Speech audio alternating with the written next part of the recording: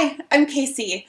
I'm a professor and I'm an expert on copyright law online. I recently made a lengthy video about a particular copyright dispute concerning video essayist Lindsay Ellis. And I used it as a way to explain the fair use doctrine generally. However, that case is quite specific and kind of crazy, and also who knows if anyone's going to care about it in a year.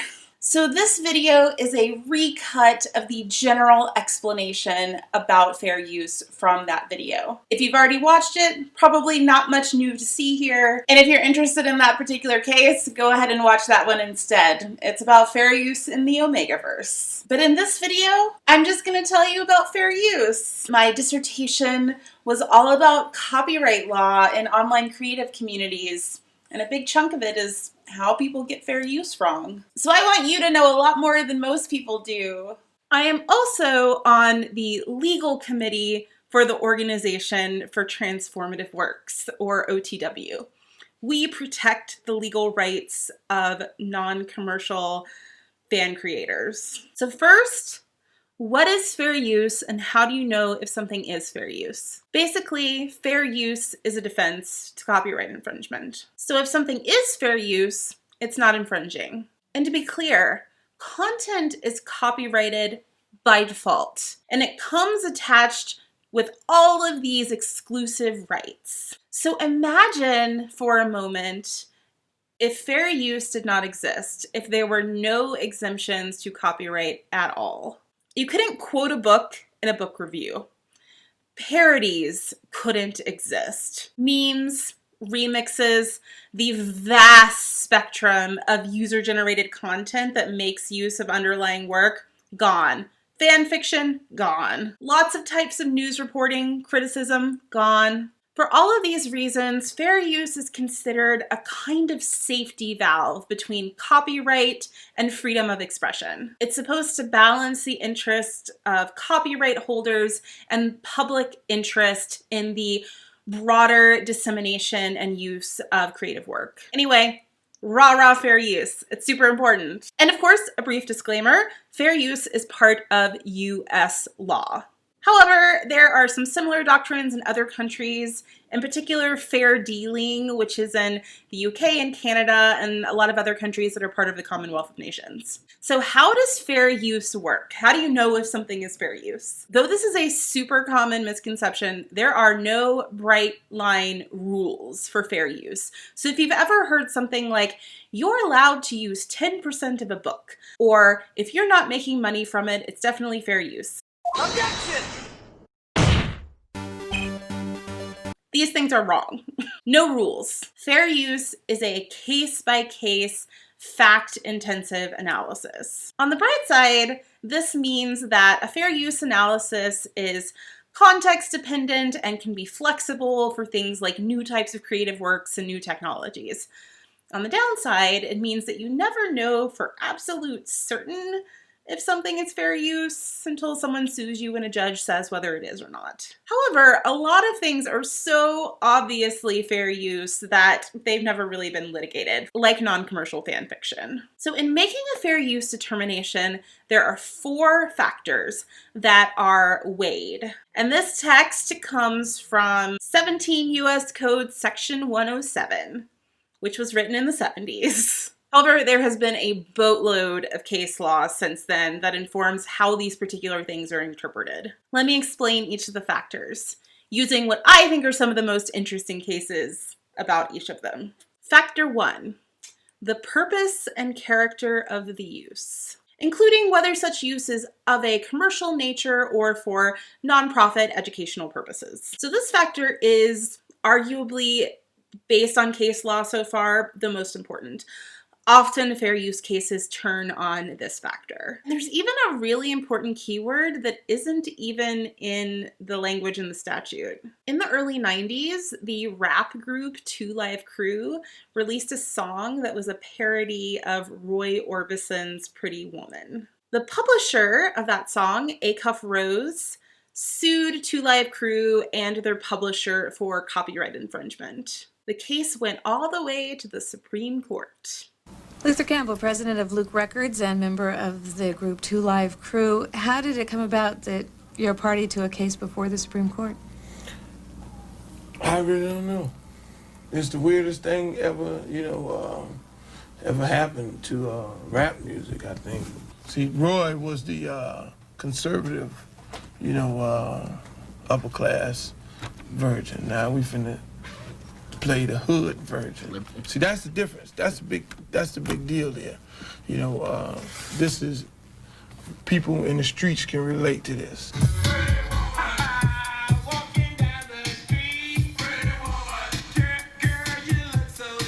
Spoiler, it worked out for them. And in fact, this became one of the most important fair use cases of all time. So in 1994, the Supreme Court held that Two Live Crew's use of Pretty Woman was fair use. They focused on the new work as a parody. And they pointed out that, like criticism or news reporting, something is not automatically fair use by virtue of being a parody. However, they specifically interpreted purpose and character as meaning that the more transformative the new work was of the original, the more likely it was to be fair use. In fact, the more transformative it is, the less all of the other factors matter. Additionally, whether something is of a commercial nature is only one part of this factor. In the Two Live Crew case, the court found that the fact that they profited off of the song did not weigh heavily against the other factors enough to find that it wasn't fair use. And this established transformativeness as being very, very important in fair use analyses. Another way that this can be interpreted is transformative purpose. Two more really interesting and famous fair use cases that involve technology turn on this in particular again. The first, Sony v. Universal, is about the Betamax. If you don't know what a Betamax is, think VCR. If you don't know what a VCR is, then, I don't know, look it up and I'm old. Hey, now that's just, that is, oh, what is that? This is the Sony Betamax. Console TV, right? No, not quite. Betamax is a totally new concept in television entertainment.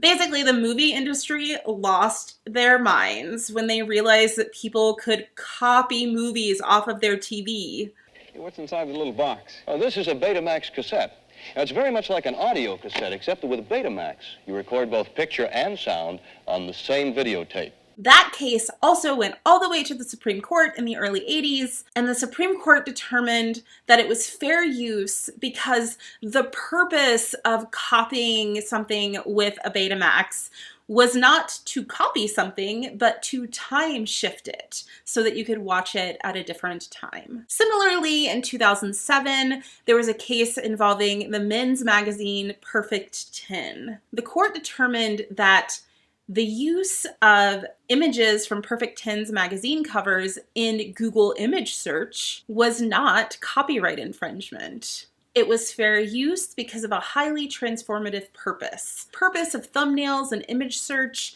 is not for aesthetics, entertainment, etc., but instead as a search engine.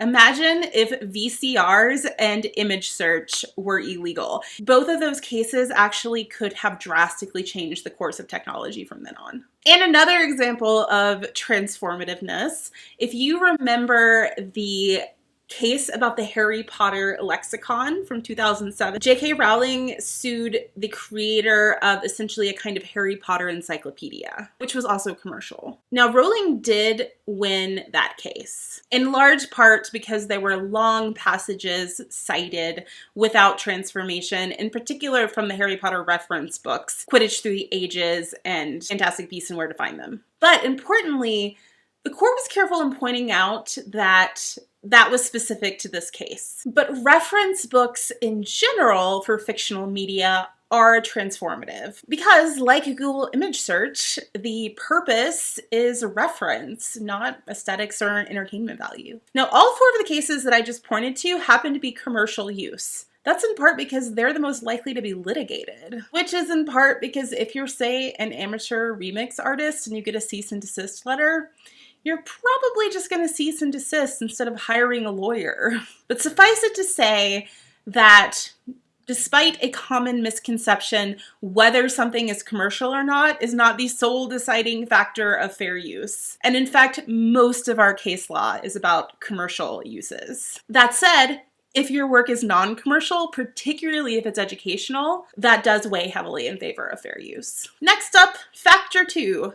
The one that everyone forgets about because it's not actually that important most of the time. The nature of the copyrighted work. This factor essentially covers two things about the underlying work, whether it is published or unpublished, and whether it is fiction or nonfiction. Basically, if the underlying work is something like a private correspondence or an unpublished manuscript, that weighs against fair use, in part because you want to give the copyright owner right of first publication. Though I actually can't think of any cases I know of that were about unpublished work, so the vast majority of the time this doesn't matter. Courts also give greater protection to creative works. So this means that fair use should apply more broadly to fiction than nonfiction. That said, again, I don't tend to see a lot about this factor in fair use analyses and decisions, though it's sometimes noted that this weighs against fair use if the underlying work is a creative fictional work. Decisions just tend to be more strongly based on the other factors.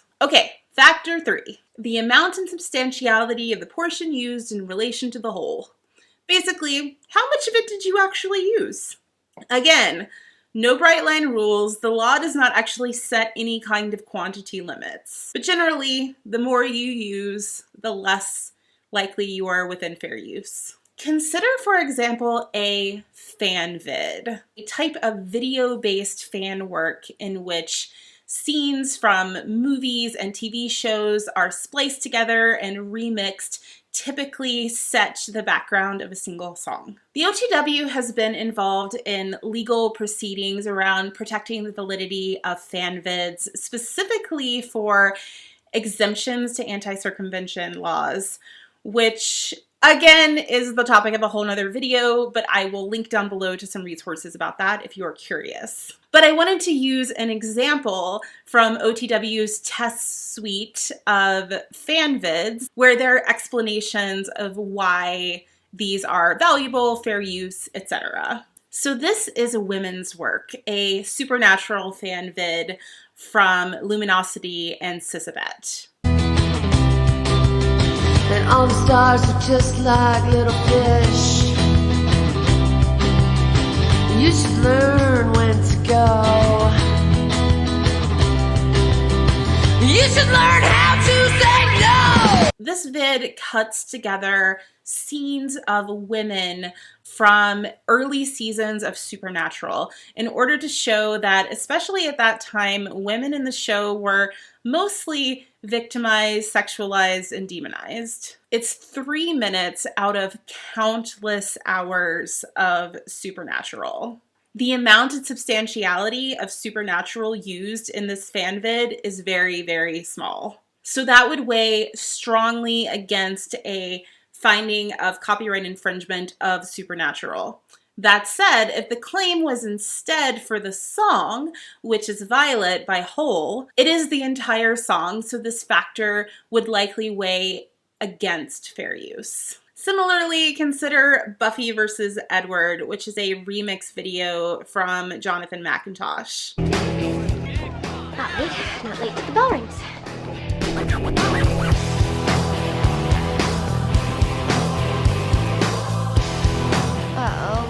It's a feminist critique of Twilight. I've killed people before. And you're sure this isn't just some fanboy thing? Because I fought more than a couple pimply, overweight vamps that call themselves Lestat. I wanted to kill you. Spoiler, Buffy stakes him at the end. It uses about 5 minutes out of 7 seasons of Buffy, and a couple of minutes out of the first Twilight movie. Super easy case of fair use between factors 1 and factor 3. In fact, McIntosh spoke in front of the Copyright Office with this as one of the examples of remix. In spite of this, Lionsgate, the owner of Twilight, still sent DMCA takedown notice, which I would also describe as bogus.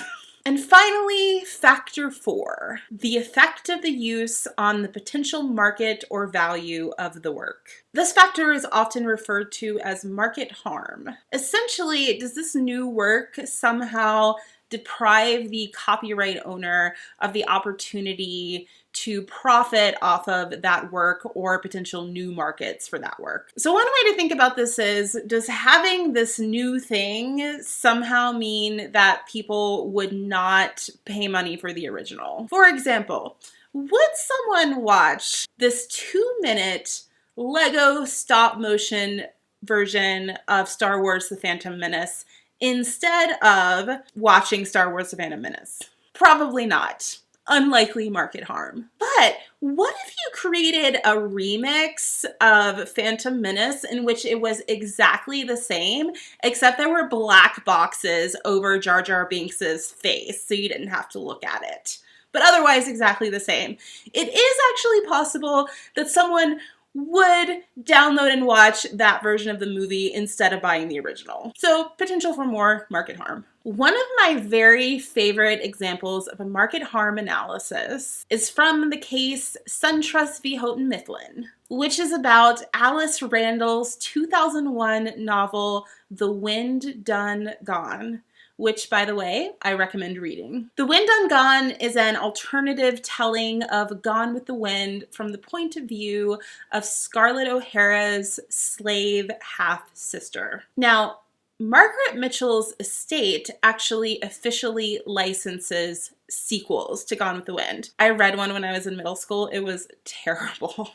But that means that in theory, they could have officially licensed this book and therefore profited off of it. However, they had very specific guidelines for authors and actually made them sign a pledge that they would not include any mentions of interracial relationships or homosexuality, which means that they probably would not have been fans of The Wind Done Gone, which included, again, Scarlett's half-black sister and a very gay Ashley Wilkes, which, you know, improvements over the original.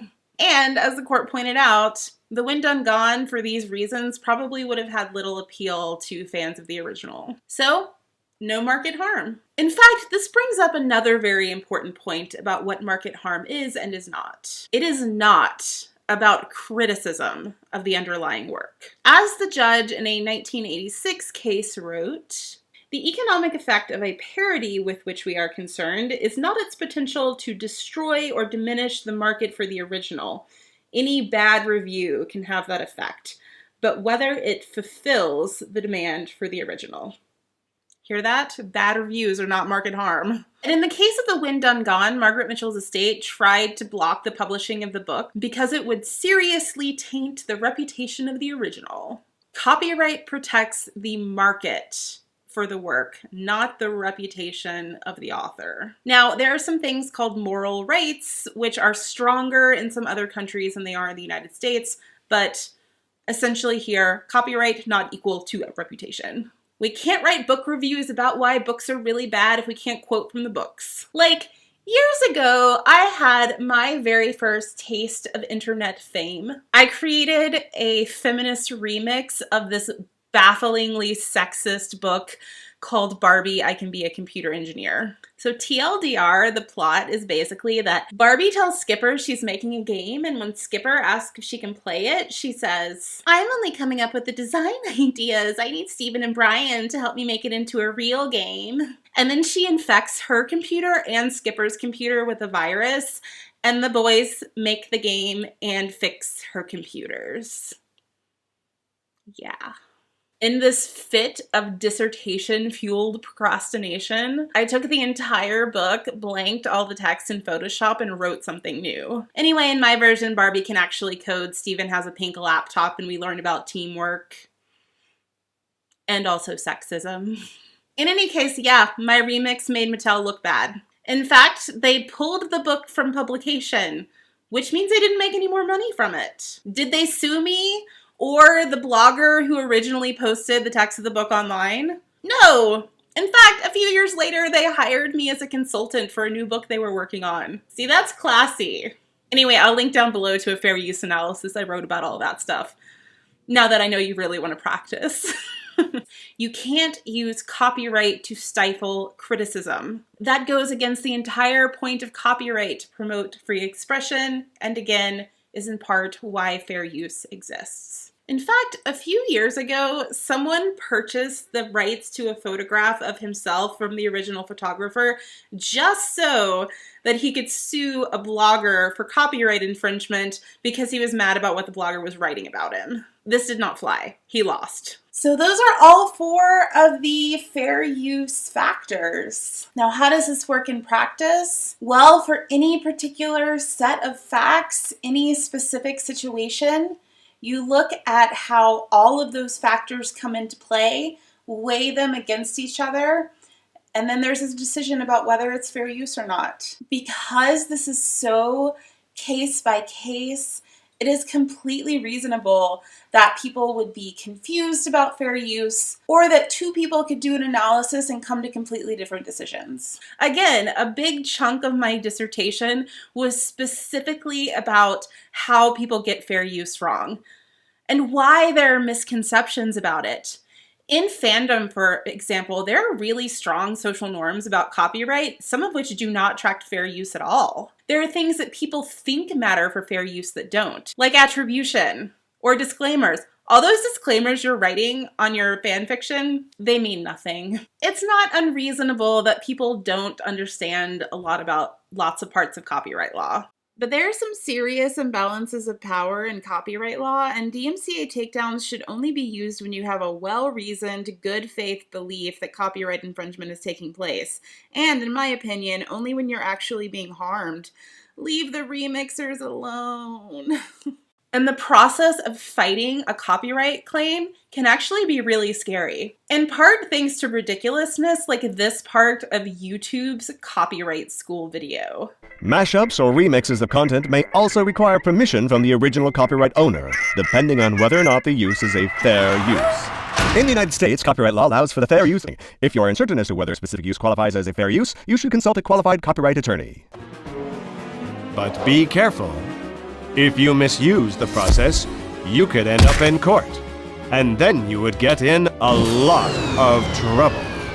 That's how the law works. Basically, they make it seem like filing a counter notice is something that you need to hire a lawyer to do. Anyway, I have a lot of feelings about this. So what do you do if you've been accused of copyright infringement and you think that it might be fair use? One example might be having a video immediately flagged by YouTube as soon as you upload it. And in fact, if you are watching this video, it's actually quite likely that I have been through that. In the original Fair Use in the Omegaverse video that I posted, the music from the fan vid that you saw earlier was flagged. So if you're watching this now, it means that I successfully argued for fair use. And I'm sure we'll be putting up a video about that process. I often get asked for advice on whether something is fair use, and my typical response is that I can possibly make a very good fair use argument for you. But in the end, it's not necessarily going to matter until someone accuses you of copyright infringement. And then it's at that point that you have to decide whether you want to fight it. Please feel free to leave questions in the comments below. I won't give you legal advice, but if there's any helpful information that I can provide, I'll do the best that I can. And again, if you want an example of how fair use might apply to one of those very specific fact patterns, check out the Fair Use in the Omegaverse video. So I think you should go off and remix something today. I'm Casey. Thanks for watching.